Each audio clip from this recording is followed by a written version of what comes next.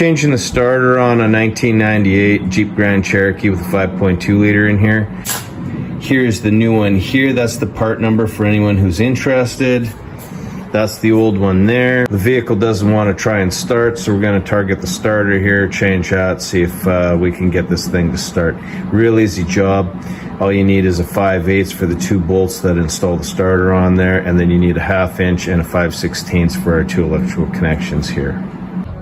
We've got the Jeep lifted up there on the passenger side, a couple jack stands holding that up. We've disconnected the battery so it's not going to accidentally start on us while we're doing this job. We've already removed the old one. That's going to be a 5/8 wrench to remove that bolt, another 5/8 wrench to remove that bolt.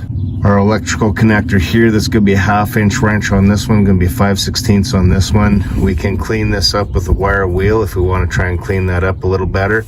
This one looks pretty clean, should be good. And all we got to do is just put the new one in and hook everything up.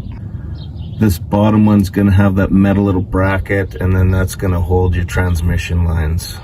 And here's a look from the bottom how that works. So you just put that metal bracket on, and then you just kind of put your lines in there. It holds them in there.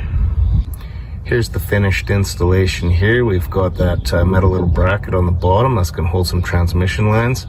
So that's going to be a 5/8 bolt there and a 5/8 bolt on the left side. Those two hold the starter in. Up there on the top for the electrical, we've got a 1/2 inch and a 5/16, so you're going to make those 2 connections.